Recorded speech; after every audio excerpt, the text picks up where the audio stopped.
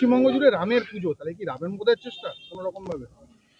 রামের পুজো পশ্চিমবঙ্গে জুড়ে না, সারা ভারতবর্ষ জুড়েই রামের পুজো হবে।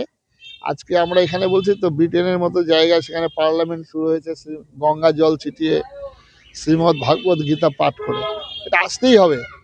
মানুষ, মানুষ যদি হতে হয় মানুষকে, তাকে আমাদের সনাতন ধর্মের যে নীতি নিয়ম, সেই নীতি নিয়মের মধ্যে আসতেই হবে। পশ্চিমবাংলায় কি রামগদের চেষ্টা? কারণ আমাদের ছোট্টবেলায় শিশুদেরকে আমরা যে শেখাই স্কুলে, অসত মা সদ্গময়, তমস মা জ্যোতির্গময়, মৃত্যুর মা অমৃতঙ্গময়, আবির্ময় দিক। অসত্য থেকে সত্যের পথে নিয়ে চলো, অন্ধকার থেকে আলোর পথে নিয়ে চলো, মৃত্যুলোক থেকে অমৃত লোকে নিয়ে চলো। এই প্রার্থনা ভারতবর্ষ ছাড়া আর কোনো ধর্মের মানুষ এই শিক্ষা দেয় না। আমরা ছোট্ট, নিশ্চয় মানুষ যত ধর্ম প্রাণ হবে, মানুষ যত ধর্মের প্রতি আকৃষ্ট হবেন, তখন তারা এটা পুজো করবেন। কেউ আমাদের ভারতবর্ষে যেটা হয়, বাহ্যিক পুজোর বেশি হয়, যেমন দুর্গা পূজা বেড়ে গেছেন, এরকম রাম পুজো হবে।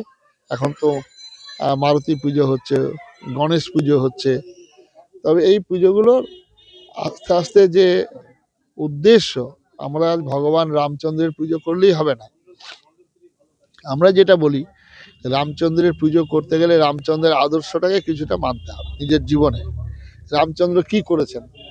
রামচন্দ্র আদিবাসী, বনবাসী, গিরিবাসী ভাইদেরকে তাদের এঁটো খেয়েছেন, তাদের সঙ্গে বন্ধুত্ব করেছেন।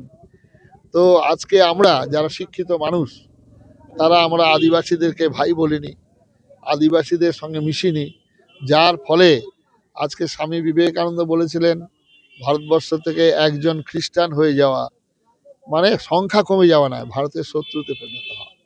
আজকে উত্তর পূর্ব ভারত পুরো ভারতবর্ষ থেকে বিচ্ছিন্ন হয়ে গেছে। কারণটাই হচ্ছে তারা সেখানে খ্রিস্টানরা সংখ্যায় বেশি বেড়েছে।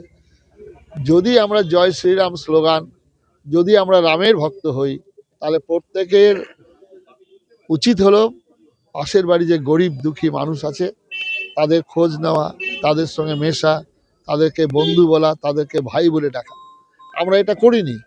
রবীন্দ্রনাথ বলেছে, হে মোর দুর্ভাগা দেশ, যাদের তুমি করেছো অপমান, অপমানে হতে হবে তাদের সবার সমান।